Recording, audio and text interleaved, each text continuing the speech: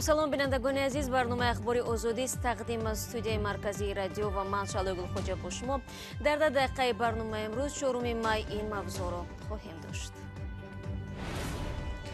کرونا ویروس هست یا نیست و یا چرا مقامات بهداشتی در ولایت ختلان این سوال را خوش ندارند؟ با باور رئیس جمهوری ایالات متحده آمریکا تا آخر سال کشورش داروی ضد کرونا ویروس را در اختیار خواهد داشت. و ساکنان شهر کلابازان نگرانند که روز آب رود تبالای منزل‌هایشان را شسته می‌برد. ای سال 2000 که دمو پیر شده و یاش بده پیر شده 50 درام اینا یگان چهره ندیدن دیگه چیکار کنیم کی در داد. شروع میکنم از یک خبر دیگر. اکبرشاه اسکندرов رئیس پیشین شورای عالی تاجیکستان با نشانه‌های بیماری التهاب شش در یکی از بیمارستان‌های دوشنبه بستری کرده شده است. پیوندان گفتند او 8 ماه پیش التهاب شش شده بود و در خانه طبابت گرفت. حالا به اتاقش کسی را وارد شدن نمیگذارند. اکبرشاه اسکندرов 69 سال دارد. نام برده 25 اپریل در مراسم دفن گنرال عبدالله حبیبов شرکت ورزیده به چند سال رادیوی آزادی هم پاسخ داده بود. در سوخت سردختور بیمارستان ولایتی از وظیفه‌اش سبک دوش کرده شده است. مقامات تندرستی تا به حال سبب این تصمیم را توضیح ندادند. بیمارستان ولایتی سوخت واقع در شهر خوجند آخر ماه اپریل به شفاگاه مخصوص بیماران پنیومونیا تبدیل شد. مقامات 30 اپریل گفته بودند که 10 نفر از گرفتاران کووید 19 در ولایتی سوخت میباشند. در ختلان مسئولین از صحبت در مورد بیماری کرونا ویروس پرهیز دارند. هرچند ارزوی کریم میگوید امور گرفتاری و مرگ از التهاب شش در این منطقه تاجیکستان چشم رس است. مقامات بهداشتی در جنوب تاجیکستان درباره بودن یا نبودن گرفتاران کرونا ویروس صحبت نمی کنند. 3 نماینده بهداشتی در ولایت به سوال ما که آیا کرونا ویروس در ختلان ثبت شده است یا نه پاسخ ندادند. آنها بیشتر در مورد التهاب شش صحبت میکنند و این موضوع را موضوع نگران کننده میگویند. میرالی رجبزاده سردار ریاست تندرستی ولایت نیز اخیراً در یک بیمارخانه سیرایتی شهر باختر بستری شده است که 2 نفر مسئول این نهاد خبر را به رادیو آزادی تصدیق کرد و گفت که او بیماری التهاب شش دارد. همزمان راننده رجبزاده نیز در کرانتین بوده است. در یک جلسه حکومت ولایت ختلان هفته گذشته موضوع گرفتار شوی به التهاب شش بررسی شده است. معلومات رسمی که در اختیار ما است بیش از 200 نفر در جنوب کشور به این بیماری بستری شدند. همزمان هفته گذشته مرگ 10 نفر از التهاب شش تصدیق شده است.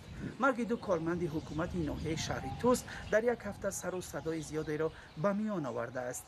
سیفالدین صدرالدین زاده کارمند بخش مالیات برادر سیفالدین زاده بحریدین رئیس ناحیه قبادیان است. همزمان یک محاسب حکومت ناحیه هفته گذشته فوت دیده است که دکتران مرگ این 2 نفر را بیماری قلب میگویند. اما همصحبتان ما گفتند که آنها زیر نظارت شدید پزشکان در بیمارخانه‌های سیرایتی و زیر دستگاه‌های مخصوص صانع هواتهی جان دادند. آخر هفته گذشته پرزیدنت ایالات متحده آمریکا اجازه داد که داروی رمدیسیویر برای معالجه بیماران کووید 19 استفاده شود. در قصر سفید در یک مراسم با تنتنه رئیس شرکت گیلیاد 1,500,000 آمپول رمدیسیویر را تحفه کرد. ولی به قول پرزیدنت آمریکا این کشور در فکر اختراع و استحصال واکسن کووید بوده. رئیس جمهور باور دارد تا آخر سال جاری به این دست خواهند یافت. پرزیدنت ایالات متحده آمریکا دونالد ترامپ باور دارد که کشورش تا آخر سال روان واکسن ضد کرونا ویروس را در اختیار خواهد داشت. این در حالی است که کارشناسان ساحه تندرستی میگویند برای تهیه چنین واکسن و استحصال مقدار ضروری آن احتمال کمش 1 سال ضرور باشد. ترامپ تلاش دارد تیرماه سال روان بار دوم به کرسی ریاست جمهوری ایالات متحده آمریکا انتخاب شود. او می‌خواهد بزرگترین اقتصاد عالم را که در دوره کرانتین و گوشه‌نشینی با بیکاری و خوف رکود مواجه گردیده است دوباره فعال کند.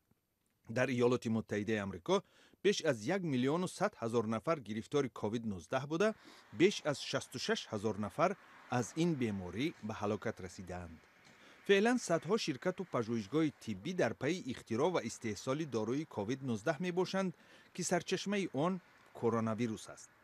روز 4 می اتحاد اروپا و سازمان جهانی تندرستی کنفرانس اینترنتی یا خود آنلاین برپا نموده سرمایه‌گذاری تحقیقات مربوط با معالجه کووید 19 را بررسی می کنند. پیش بینی می شود که ایالات متحده آمریکا در سرمایه‌گذاری این طرح بین المللی زیر نظارت سازمان جهانی تندرستی شرکت نورزد. در عرفه نشست وزیر تندرستی آلمان ینس اسپن گفت که شاید برای تولید واکسن ضد کرونا ویروس سالها ضرور باشد. مقامات ازبکستان سوم مای تحقیق رخنه در سربند تازه بنیاد آبانباری سردوبه را شروع کردند. در نتیجه رخنه صد آبانباریات شده هزارها نفر در ازبکستان و قزاقستان به ترک مکان زیستی دومیشان مجبور گردیدند. رخنه در آبانبار هفته گذشته به وجود آمد. این حادثه باعث گردید که 70,000 نفر به جای امن کوچانده شدند.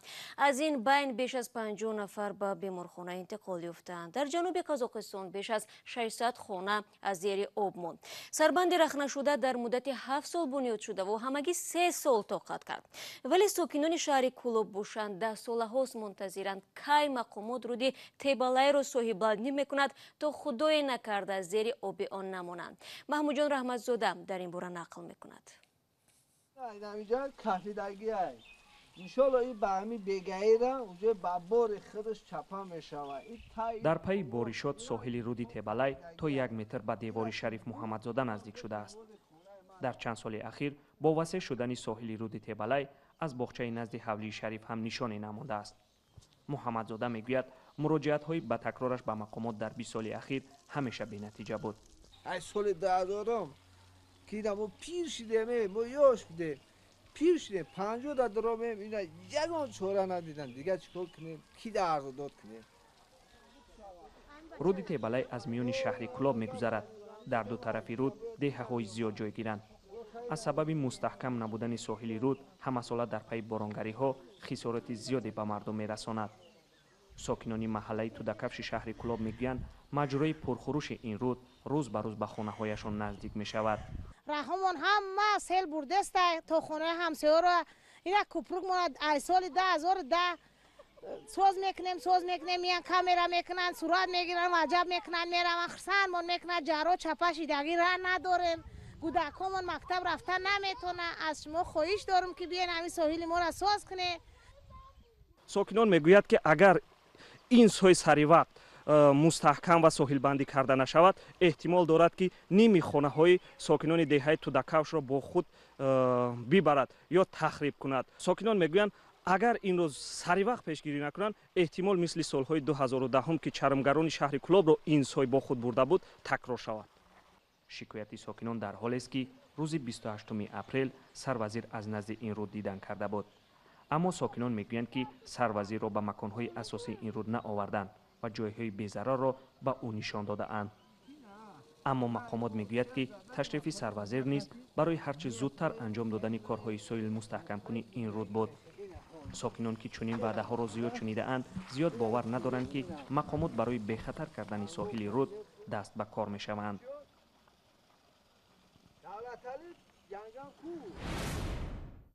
بانک ملی تاجیکستان اعلان کرد به بعضی قرضدارانی که وضع مالیوی مشکل دارند امتیازها پیش بینی می شود.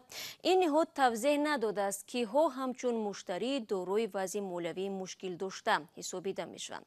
تنها تاکید کرده است که سبکی‌های به مثل تمدید در پرداخت قرضها و مهلت امتیازنامه را در نظر می گیرد.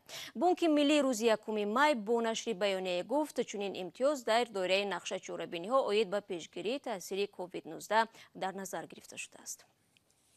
با این مطلب برنامه امروز را پایان میبریم. تشکر از یکایک شما برای همراهی. تا ملاقات نوبتی بینندگان عزیز شما میتوانید خبرهای تازه را از وبسایت رادیو آزادی بخونید. گزارش‌های روز و جالب در خدمت شما است. در آزادی ویدیو من فردا صبح بر وقت با شما خواهم بود. تا فردا خدا نگهدار.